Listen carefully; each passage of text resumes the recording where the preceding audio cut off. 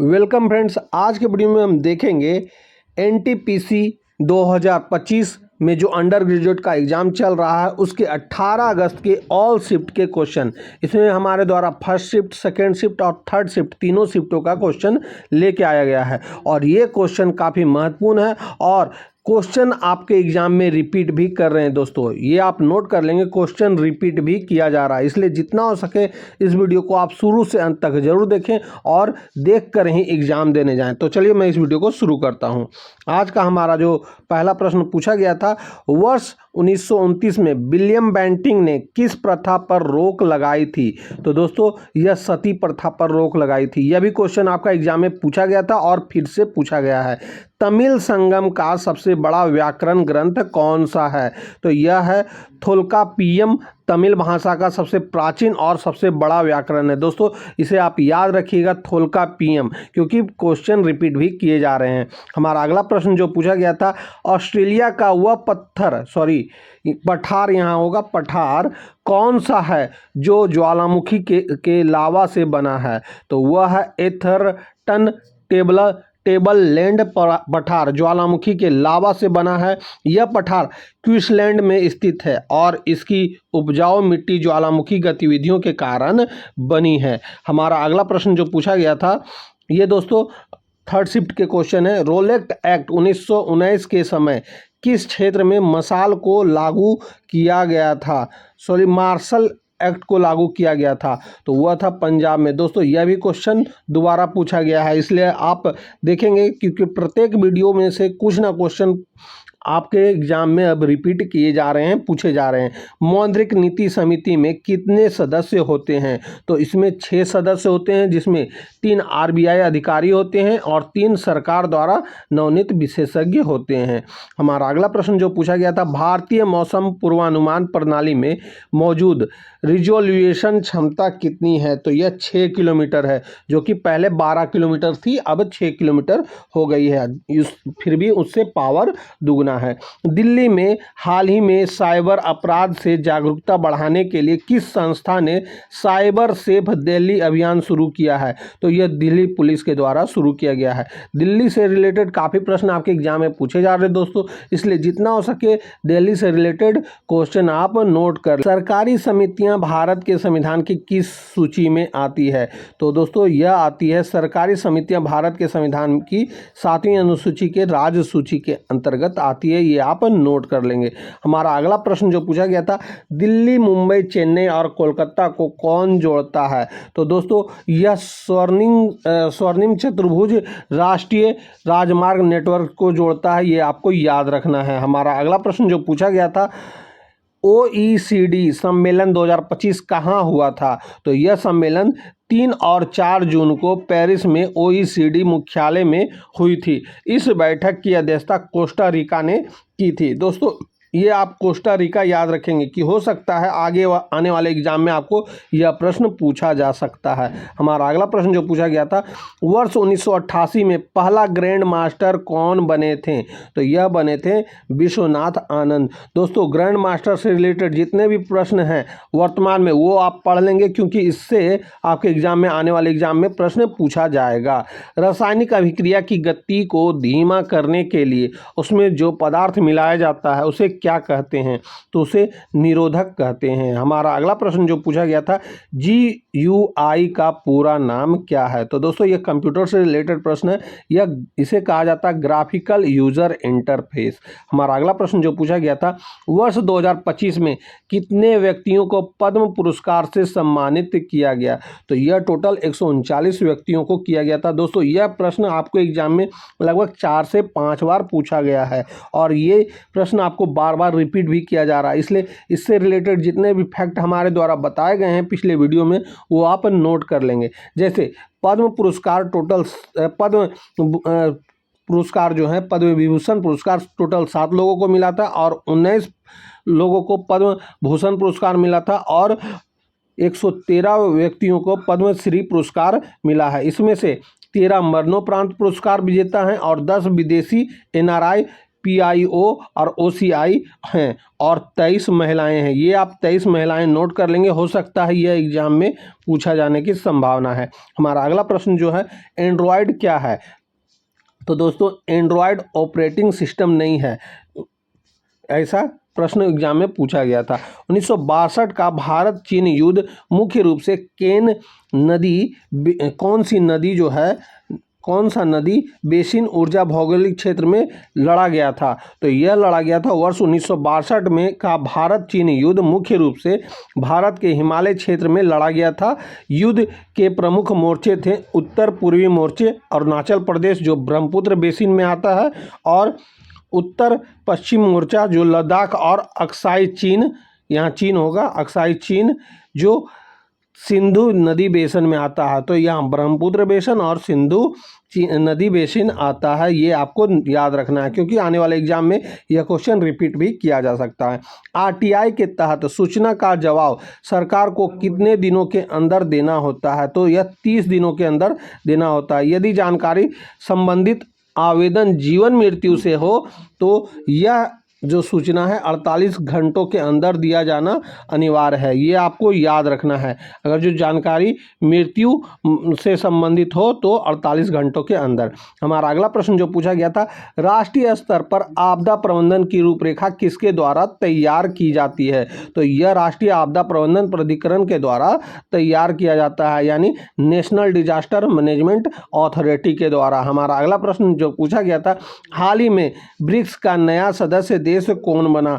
तो यह इंडोनेशिया बना। दोस्तों यह आप याद कर लेंगे, और कौन सा डेट में बना ये भी याद करना है, 6 जनवरी 2025 को, क्योंकि यह भी क्वेश्चन एग्जाम में दोबारा पूछा जा सकता है और यह क्वेश्चन पूछा भी गया है।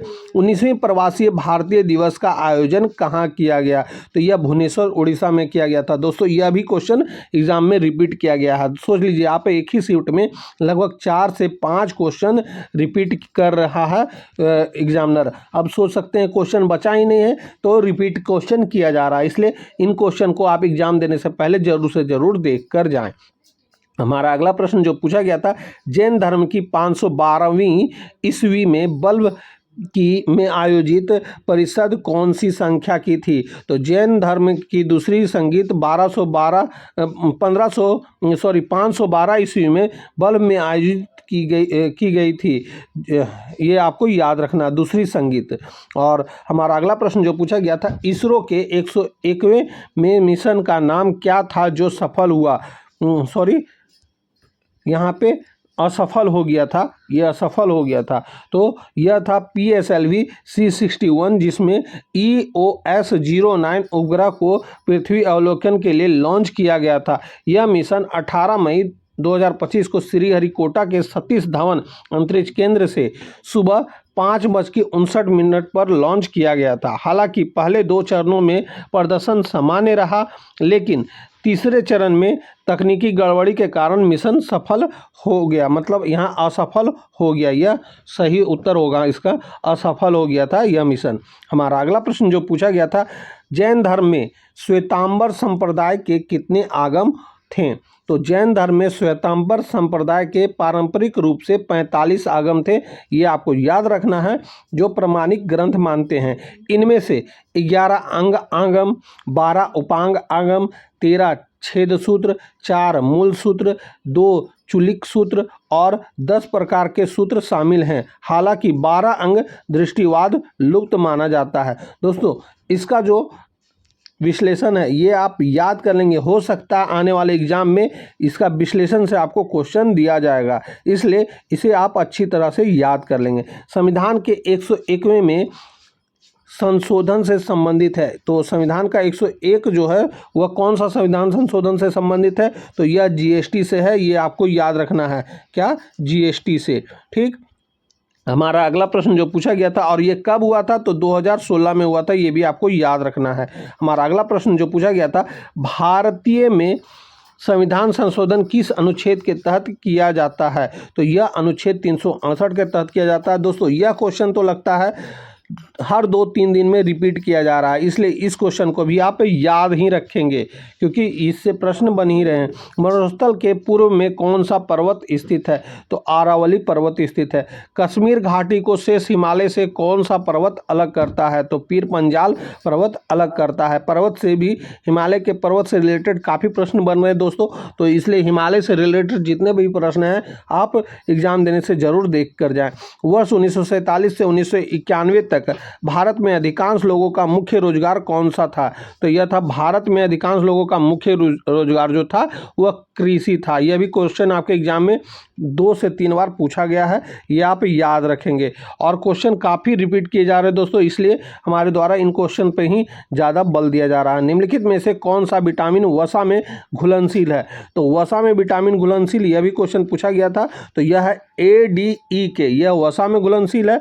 और पानी में घुलनशील विटामिन है B और C, ये आप याद रखिएगा क्योंकि यह क्वेश्चन फिर से रिपीट किया जा सकता है। हमारा अगला प्रश्न जो पूछा गया था, 129वां संविधान संशोधन विधेयक 2024 जो 17 दिसंबर 2024 को पेश किया गया था, कौन से प्रस्ताव के संबंध में है? तो यह विधेयक लोकसभा और राज्यसभा विधानसभा के लिए एक साथ चुनाव कराने के लिए संविधान में संशोधन करता है। संसद में हाल ही में पेश किया गया 129वां संविधान संशोधन विधेयक 2024 विधायक अनुच्छेद 83, 172 और 327 में संशोधन करने और एक साथ चुनाव कराने के लिए संविधान में अनुच्छेद 82A जोड़ने का प्रयास किया गया है। तो इससे रिलेटेड है हमारा अगला प्रश्न जो एग्जाम में पूछा गया था, विश्व प्रेस स्वतंत्रता सूचकांक 2025 में भारत की रैंक क्या है? तो दोस्तों यह थी 151वीं। दोस्तों हमारे द्वारा इंडेक्स नंबर से रिलेटेड आपके लिए एक वीडियो आएगा, उससे आपके एग्जाम में प्रत्येक हर शिफ्ट में लगभग एक प्रश्न जरूर पूछा जाएगा, इसलिए उस वीडियो को आप एग्जाम देने से पहले जरूर देख के जाएंगे। और यह जो रिपोर्ट जारी किया गया था, भारत कुल 180 देशों में 151 रैंक पर रहा। पिछले वर्ष यह रैंक 159 नंबर का था। भारतीय संविधान के किस संशोधन द्वारा पंचायती राज को संवैधानिक दर्जा दिया गया था? तो पंचायती राज व्यवस्था को भारतीय संविधान में 73वें संविधान संशोधन अधिनियम 1992 के माध्यम से संवैधानिक दर्जा प्रदान किया गया। यह संशोधन 24 अप्रैल 1993 से लागू हुआ। इसके अंतर्गत भाग 9 को संविधान में जोड़ा गया और साथ ही 11वीं अनुसूची जोड़ी गई, जिसमें 29 विषय शामिल किए गए जिन पर पंचायत का अधिकार किया गया। दोस्तों इससे जो विश्लेषण दिया गया है, इससे आपके एग्जाम में काफ़ी प्रश्न पूछे जाने की संभावना है, इसलिए इस विश्लेषण को आप ध्यान से पढ़ लेंगे। हमारा अगला प्रश्न है, कौन सी प्रमुख रक्त वाहिनी हृदय से ऑक्सीजन युक्त रक्त ले जाती है? तो यह धमनी है। हमारा अगला प्रश्न जो एग्जाम में पूछा गया था, श्री मिरियाला अपराव को मरणोपरांत 2025 में पद्मश्री पुरस्कार किस राज्य के लिए प्रदान किया गया था? तो यह आंध्र प्रदेश के लिए प्रदान किया गया था। दोस्तों देखिए, पद्मश्री, पद्म भूषण और पद्म विभूषण से रिलेटेड काफ़ी प्रश्न एग्जाम में बन रहे हैं, प्रत्येक शिफ्ट में एक क्वेश्चन बन ही रहा है। तो इस टॉपिक को आप बढ़िया से पढ़ लेंगे क्योंकि इससे जो प्रश्न बनेंगे वो आपके लिए 1 नंबर पक्का दिलाकर ही जाएगा। इसलिए इस टॉपिक से आप रिलेटेड वीडियो देख लें या प्रश्नों को पढ़ लें। यह उन्हें बुर्क कथा जो तेलुगु संस्कृत की एक पारंपरिक मौखिक कथा है में उनके असाधारण योगदान के लिए मरणोपरांत पद्मश्री पुरस्कार से सम्मानित किया गया था। ये आपको याद रखना है। हमारा अगला प्रश्न जो एग्जाम में पूछा गया था, ओलंपिक विश्व शीतकालीन खेल 2025 में भारत ने कुल कितने पदक जीते थे? तो यह 33 पदक जीते थे, जिसमें 8 स्वर्ण पदक था, 18 रजत पदक था और 7 कांस्य पदक था। दोस्तों ये आप सीक्वेंस याद कर लेंगे क्योंकि एग्जाम में यह प्रश्न भी पूछे जाने की बहुत ज़्यादा संभावना है। और यह खेल जो है 8 से 15 मार्च 2025 तक क्यूरिन इटली में आयोजित हुआ था। ये भी आपको याद रखना है क्योंकि यह भी प्रश्न एग्जाम में पूछा जाने की बहुत ज़्यादा संभावना है। हमारा अगला प्रश्न जो एग्जाम में पूछा गया था, अनुच्छेद 48A किस संबंध में है। तो दोस्तों 48A से लगभग एग्जाम में 2 से 3 बार अब तक एग्जाम में पूछा गया है, इसलिए इसे आप बढ़िया से याद कर लेंगे। यह पर्यावरण वन संरक्षण से है। अनुच्छेद 48A भारतीय संविधान के भाग 4 राज्य के नीति निर्देशक तत्व में आता है। यह अनुच्छेद 42वें संविधान संशोधन अधिनियम 1976 द्वारा जोड़ा गया था। इसके अनुसार राज्य पर्यावरण की रक्षा और उनका संवर्धन करेगा तथा देश के वन और वन्य जीवन की रक्षा करेगा। इसका उद्देश्य प्राकृतिक संसाधनों के संरक्षण, वनों के बचाव और स्वच्छ पर्यावरण को सुनिश्चित करना है। हमारा अगला प्रश्न जो एग्जाम में पूछा गया था, कंप्यूटर में वर्ड दस्तावेज को सेव करने के लिए किस शॉर्टकट कुंजी का प्रयोग किया जाता है? तो यह Ctrl+S का प्रयोग किया जाता है।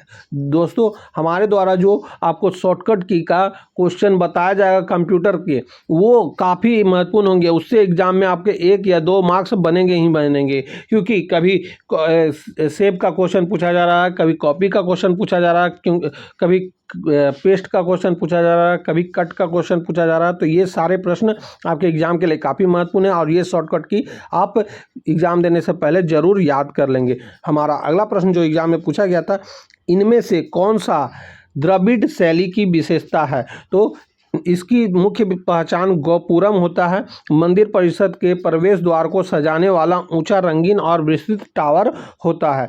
यह द्रविड़ शैली दक्षिण भारत में प्रचलित है, ये भी आपको याद रखना है। दक्षिण भारत में द्रविड़ शैली और उत्तर भारत में नागर शैली, ये आपको याद रखना है। उत्तर भारत में नागर शैली, और इसकी पहचान जो होती है अधिकतर शिखर प्रमुख होता है, ये आपको याद रखना है। हमारा अगला प्रश्न जो एग्जाम में पूछा गया था, आर्थिक रूप से पिछड़े वर्ग को 10% आरक्षण किस संविधान संशोधन के तहत दिया गया है? तो यह 103वां संविधान संशोधन अधिनियम 2019 के तहत भारत में EWS को 10% आरक्षण दिया गया है।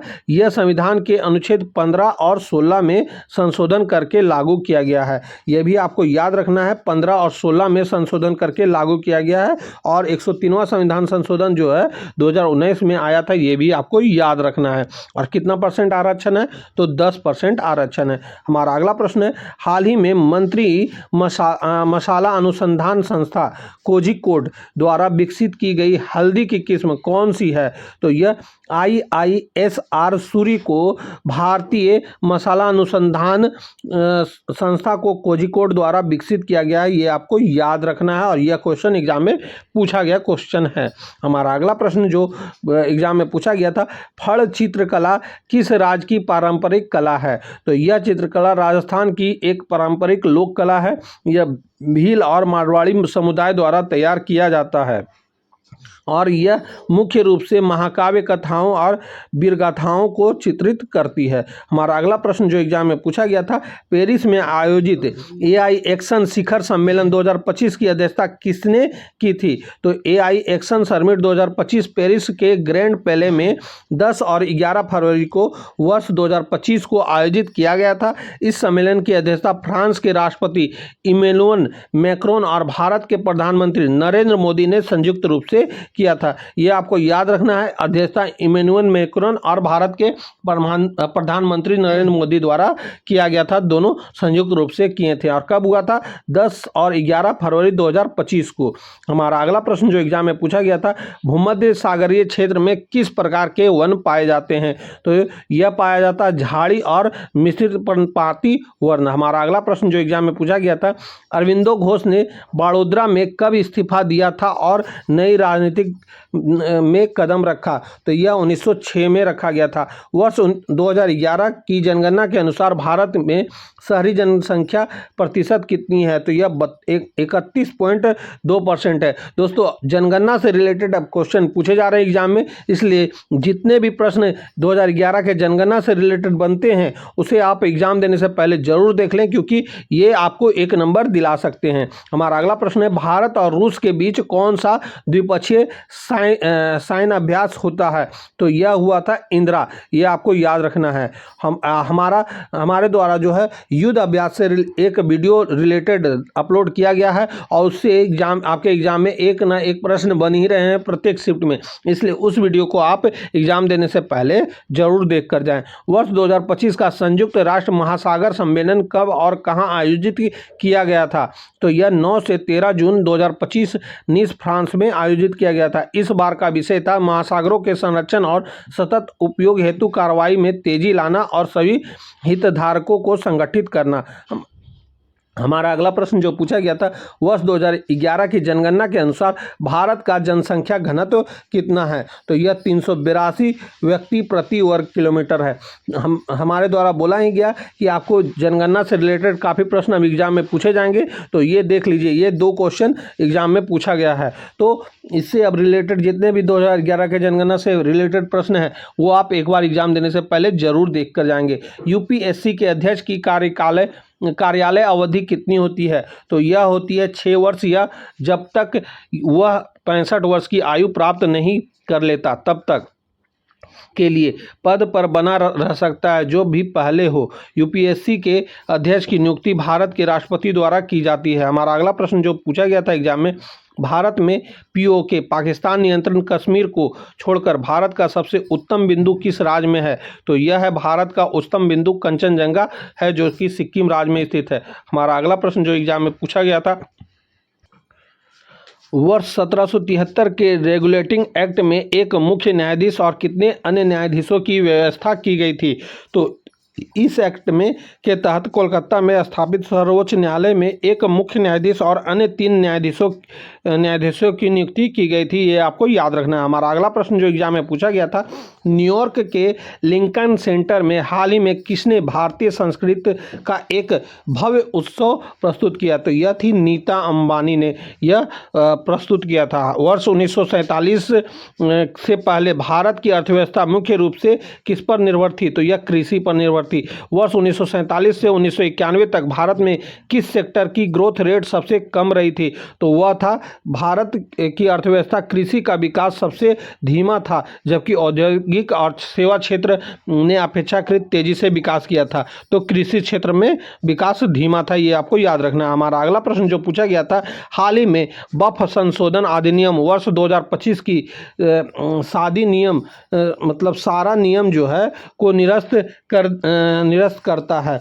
तो यह कौन सा नियम निरस्त करता है? तो यह अधिनियम 1995 में संशोधन करता है और मुसलमान वक्फ अधिनियम 1923 को निरस्त करता है। दोस्तों, यह क्वेश्चन आपके एग्जाम के लिए दोबारा पूछा जा रहा है, यह तिबारा भी पूछा गया है, तो इसलिए इस प्रश्न को आप याद रखिएगा कि वक्फ संशोधन जो कब आया था? तो यह वर्ष 2025 में आया था और यह 1995 को निरस्त करता है, ये आपको याद रखना है। हमारा अगला प्रश्न जो एग्जाम में पूछा गया था, वर्ष 1857 की क्रांति में विद्रोह का नेता किसको कहा गया था? तो यह बहादुर शाह जफर थे। इससे रिलेटेड तो आपके एग्जाम में काफ़ी बार प्रश्न पूछते हैं और हर एग्जाम में यह प्रश्न बनता ही है। और तो 1857 से रिलेटेड जितने भी प्रश्न हैं दोस्तों आप याद कर लीजिएगा। बिहार के नेता कौन थे, कानपुर से नेता कौन थे, ये सारे प्रश्न आपके एग्जाम के लिए काफ़ी महत्वपूर्ण है। प्रदर्शन ग्रेडिंग इंडेक्स 2.0 रिपोर्ट किसके द्वारा जारी की जाती है? तो यह शिक्षा मंत्रालय के द्वारा जारी की जाती है। महासागरीय तटों पर उगने वाले पौधे को क्या कहते हैं? तो यह मैंग्रोव कहा जाता है। दोस्तों, यह भी प्रश्न आपके एग्जाम में पूछा गया था और फिर से पूछा गया है। पालक में कौन सा वर्णक पाया जाता है? तो पालक का हरा रंग क्लोरोफिल की उपस्थिति के कारण होता है। क्लोरोफिल प्रकाश संश्लेषण की प्रक्रिया में मुख्य भूमिका निभाता है। इसके अतिरिक्त पालक में कुछ मात्रा में कैरोटीन और जेथोफिल भी होते हैं, लेकिन मुख्य वर्णक क्लोरोफिल ही होता है, ये आपको याद रखना। हमारा अगला प्रश्न जो एग्जाम में पूछा, NPW यानी न्यूक्लियर वेपन प्रोहिबिशन डिजार्मेंट की संधि या बैठक 2025 में कहां आयोजित की गई थी? तो यह किया गया था वर्ष 2025 में परमाणु हथियारों के निषेध की संधि से संबंधित तृतीय बैठक का आयोजन 3 से 7 मार्च 2025 के बीच संयुक्त राष्ट्र मुख्यालय न्यूयॉर्क में हुआ था, ये आपको याद रखना है। हमारा अगला प्रश्न जो एग्जाम में पूछा गया था। 30 मई 2025 को नए न्यायाधीशों की गई थी। कब किया गया था? तो इस समय कितने न्यायाधीशों की नियुक्ति की गई थी, यह पूछा गया है दोस्तों। यहाँ पे क्वेश्चन मिस्टेक हो गया है, मिसप्रिंट हो गया है।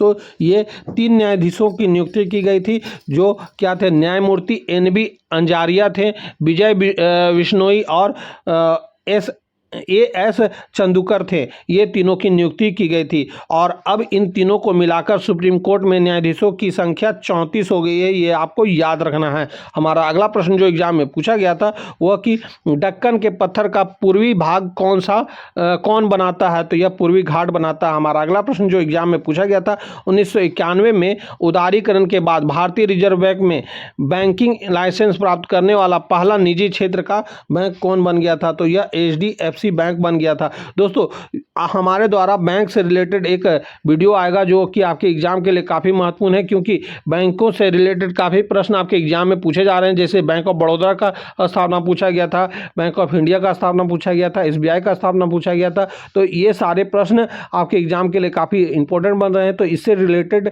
हमारे द्वारा एक टॉपिक बनाया जाएगा बैंकों के संबंधित प्रश्न। उससे आपके एग्जाम में जो भी प्रश्न बनेंगे वो हूबहू पूछे जाएंगे और उसे आप सही करके भी आ सकते हैं। हमारा अगला प्रश्न जो पूछा गया था, मनरेगा महात्मा गांधी राष्ट्रीय ग्रामीण रोजगार गारंटी अधिनियम के तहत ग्रामीण परिवारों को एक वित्तीय वर्ष में कितने दिनों का रोजगार दिया जाता था? तो यह 100 दिनों का रोजगार दिया जाता था। इससे तो क्वेश्चन बनते ही दोस्तों, इसलिए आप इसे याद रखिएगा। मणिपुरी की आधिकारिक भाषा कौन सी है? तो यह मणिपुरी की आधिकारिक भाषा मणिपुरी ही थी। ये आपको याद रखना है। इसे 1992 में 8वीं अनुसूची में शामिल किया गया था। तो दोस्तों यह भी प्रश्न आपके एग्जाम में 2 से 3 बार पूछा गया है, इसलिए इसे आप याद रखेंगे, क्योंकि हर बार हर शिफ्ट में कुछ ना कुछ क्वेश्चन रिपीट किए जा रहे हैं। तो ये सारे प्रश्न आपके एग्जाम में रिपीट कर रहे हैं। इसलिए जो भी वीडियो हमारे द्वारा लाया गया है उन वीडियो को आप एग्जाम देने से पहले जरूर देख के जाएं, क्योंकि काफ़ी प्रश्न आपके एग्जाम में रिपीट किए जा रहे हैं। हाई कोर्ट किस अनुच्छेद के तहत रेड जारी करते हैं?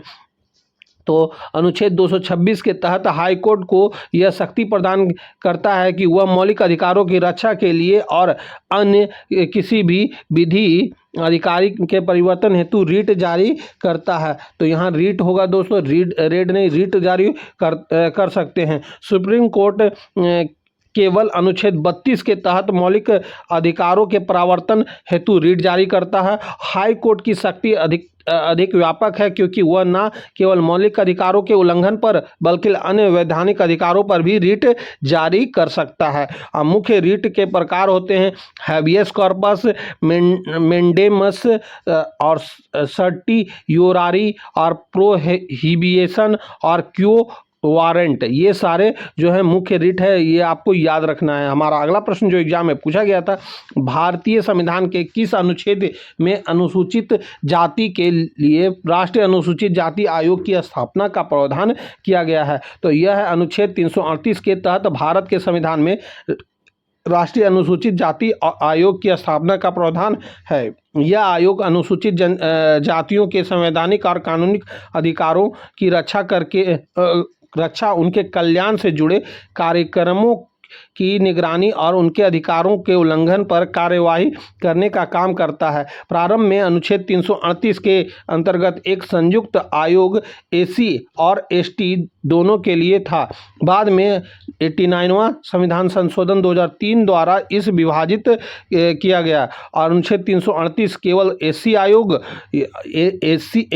NC SC और अनुच्छेद 338A ST आयोग यानी NC ST के द्वारा के लिए लाया गया। तो दोस्तों ये आपको पता है कि अनुच्छेद 338 से रिलेटेड काफ़ी प्रश्न आपके एग्जाम में बन रहे हैं, क्योंकि लगभग हर 2-3 दिन बाद यह प्रश्न आपके एग्जाम में पूछे ही जा रहे हैं। इसलिए 338 से जो अनुच्छेद है इसे आप अच्छे से एग्जाम देने से पहले पढ़कर ही जाएं। हमारा अगला प्रश्न जो पूछा गया था एग्जाम में, मुंडा विद्रोह का नेतृत्व किसने किया था? तो मुंडा विद्रोह का नेतृत्व जो छोटा नागपुर के आदिवासी मुंडा समुदाय द्वारा किया गया था। इस आंदोलन का नेतृत्व बिरसा मुंडा, जो कि झारखंड में धरती अब्बा के नाम से जाने जाते हैं, ये आपको याद रखना है, किया, जिन्होंने आदिवासियों के बीच धरती आबा कहा जाता है। और विद्रोह का मुख्य कारण था जमींदारी प्रथा और ब्रिटिश शोषण के विरोध में था। यह बिरसा मुंडा ने अंग्रेजों और जमींदारों के खिलाफ उलगुलान महान आंदोलन भी चलाया था, ये आपको याद रखना। उलगुलान विद्रोह का नेतृत्व किसने किया था? तो बिरसा मुंडा ने ही किया था। इन्हें बिरसा मुंडा को सिंगबोंगा भी कहा जाता है, ये आपको याद रखना है। हमारा अगला प्रश्न जो एग्जाम में पूछा गया था, 2025 में T20 क्रिकेट में 9,000 रन का आंकड़ा किस भारतीय बल्लेबाज ने पार किया? तो यह विराट कोहली थे। हमारा अगला प्रश्न जो एग्जाम में पूछा गया था, वर्ष 2025 में पद्मश्री विजेता अरुणोदय शाह किस राज्य से संबंधित है? तो यह त्रिपुरा के प्रोफेसर हैं। इन्हें पद्मश्री साहित्य और शिक्षा के लिए दिया गया था। तो देखिए दोस्तों, पद्मश्री से रिलेटेड कितने प्रश्न बन रहे हैं, तो इनके नाम भी आपको याद रखना है, क्योंकि इससे आपके एग्जाम में एक प्रश्न जरूर से जरूर बन रहे हैं। गैस एवं धूलकणीय सिद्धांत के अनुसार सौरमंडल का निर्माण किस प्रक्रिया से हुआ था? तो यह सौरमंडल का निर्माण निहारिका प्रक्रिया से हुआ था, यह आपको याद रखना है। हमारा अगला प्रश्न जो एग्जाम में पूछा गया था, आधुनिक हिंदी साहित्य और रंगमंच का जनक किसे माना जाता है? तो 73वां संविधान संशोधन अधिनियम 1992 के तहत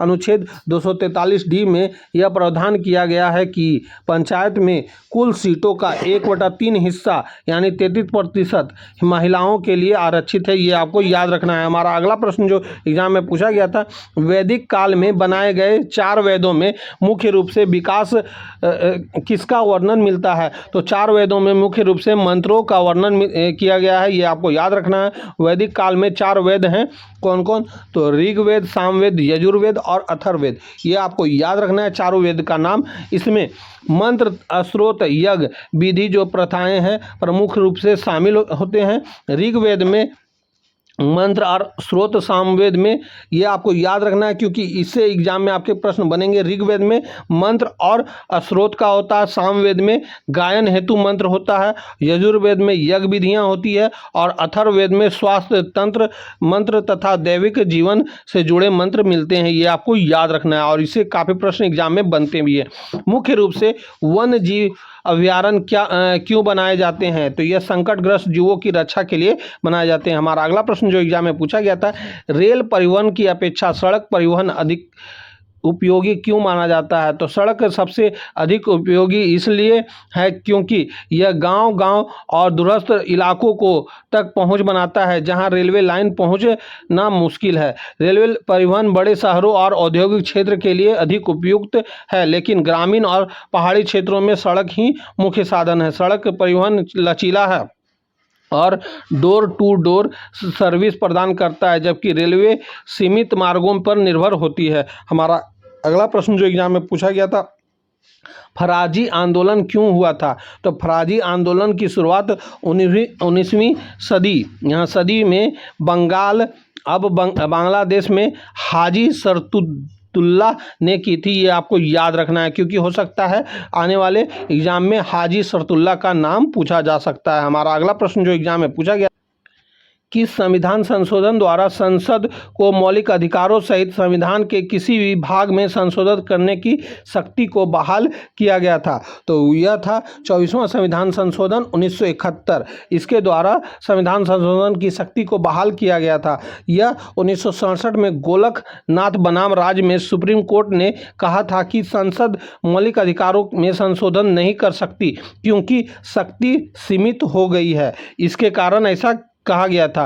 पर इसके बाद संसद ने 24वां संविधान संशोधन 1971 पारित किया। इस संशोधन द्वारा अनुच्छेद 13 और अनुच्छेद 368 में बदलाव करके संसद को स्पष्ट रूप से यह शक्ति दे दी गई कि वह संविधान में किसी भाग में संशोधन कर सकती है। लेकिन 1973 में केशवानंद भारती केस में सुप्रीम कोर्ट ने यह साफ कर दिया कि संसद संशोधन कर सकती है, लेकिन संविधान के मूल संरचना में कोई बदलाव नहीं कर सकती है। यह सही आंसर हो जाएगा क्वेश्चन का। इसीलिए इस प्रश्न का सही उत्तर हो जाएगा 24वां संविधान संशोधन 1971 के द्वारा शक्ति को बहाल किया गया था, ये आपको याद रखना है। हमारा अगला प्रश्न जो एग्जाम में पूछा गया था, केंद्र और राज्यों के बीच करों के वितरण का सुझाव किसके द्वारा दिया गया था? तो यह वित्त आयोग के द्वारा दिया गया था। हमारा अगला प्रश्न जो एग्जाम में पूछा गया था, भारतीय विश्वविद्यालय पर अंग्रेजों के समय में कब प्रतिबंध लगाए गए थे? तो यह वर्ष 1904 में लगाया गया था, ये आपको याद रखना है। वर्ष 1854 में वुड्स डिस्पेच आया था, जिसे भारत में शिक्षा का चार्टर्ड कहा जाता है। इसने भारत में विश्वविद्यालय की स्थापना को बढ़ावा दिया, लेकिन वर्ष 1904 में लॉर्ड कर्जन ने इंडियन यूनिवर्सिटी एक्ट 1904 पारित किया। इस अधिनियम का उद्देश्य जो था वह था कि विश्वविद्यालय पर सरकारी नियंत्रण बढ़ाना होगा, राष्ट्रीय आंदोलन से छात्रों और शिक्षकों को दूर रखना होगा, शिक्षा में ब्रिटिश नीतियों के अनुसार सुधार लागू करना होगा। इसी कारण वर्ष 1904 में भारतीय विश्वविद्यालय पर अंग्रेजों के समय में प्रतिबंध लगाया गया था। यह सही उत्तर हो जाएगा। हमारा अगला प्रश्न जो एग्जाम में पूछा गया था वह यह कि वर्ष 1925 में क्वांटम सिद्धांत पर आधारित कौन से वैज्ञानिक ने महत्वपूर्ण योगदान दिया था? तो यह था वर्ष 1925 में हाइजेनबर्ग ने मैट्रिक्स यांत्रिक का विकास किया, जो क्वांटम मैकेनिक्स का पहला संपूर्ण और व्यवस्थित गणितीय रूप था। हमारा अगला प्रश्न जो एग्जाम में पूछा गया था, कंप्यूटर में किसी फाइल को कॉपी और पेस्ट करने की शॉर्टकट कुंजी क्या है? तो यह है Ctrl+C कॉपी के लिए और Ctrl+V पेस्ट के लिए। तो दोस्तों एग्जाम में शॉर्टकट की से रिलेटेड काफ़ी प्रश्न एग्जाम में पूछे जा रहे हैं, इसलिए शॉर्टकट की एग्जाम में देख कर ही देने जाएं। हमारा अगला प्रश्न जो एग्जाम में पूछा गया था, इतिहास में भुक्ति के प्रमुख को क्या कहा जाता था? तो प्राचीन इतिहास में गुप्तकालीन प्रशासक में साम्राज्य को कई हिस्सों में बांटा गया था। इसमें सबसे बड़ी इकाई को भुक्ति कहा जाता था, ये आपको याद रखना है। ये गुप्तकालीन है, ये भी आपको याद रखना है। प्रत्येक भुक्ति का प्रमुख अधिकारी उपरिक्त कहलाता था, जिसे राजा नियुक्त करता था। हमारा अगला प्रश्न जो एग्जाम में पूछा गया था, लाइन ऑफ एक्चुअल कंट्रोल विवाद भारत का किस देश के साथ है? तो यहाँ लाइन ऑफ एक्चुअल कंट्रोल की बात कही जा रही है, तो यह भारत और पाकिस्तान के बीच है, ये भी आपको याद रखना है। दोस्तों जो हमारे द्वारा कंट्रोल ऑफ लाइन बनाए गए हैं, जो एक दूसरे से दूसरे देश में बनाए गए हैं, जैसे 9 डिग्री चैनल, 8 डिग्री चैनल, ये 38वीं समांतर रेखा, ये सारे प्रश्न आपके एग्जाम में बन रहे हैं। इससे रिलेटेड जितने भी प्रश्न आप देख सकते हैं एग्जाम देने से पहले जरूर देख कर जाएं, क्योंकि ये टॉपिक से आपके एग्जाम में प्रश्न काफी बार पूछे जा रहे हैं। हमारा अगला प्रश्न जो है, उत्तर भारत के मैदान में कौन सी मिट्टी पाई जाती है? तो यह जलोढ़ मिट्टी पाई जाती है। तो दोस्तों यहीं पे हमारा यह वीडियो समाप्त होता है। हमारे द्वारा इस वीडियो में 18 अगस्त के तीनों शिफ्ट के question, first shift, second shift और थर्ड शिफ्ट, तीनों शिफ्ट के क्वेश्चन लाए गए, जो कि 100% रियल प्रश्न थे और आपके एग्जाम में दोबारा पूछे जाने की संभावना भी है। इसलिए जितना हो सके इस वीडियो को अपने दोस्तों में भी शेयर जरूर करें। तो अब हम आपसे मिलेंगे अगली वीडियो में, तब तक के लिए जय हिंद, वंदे मातरम।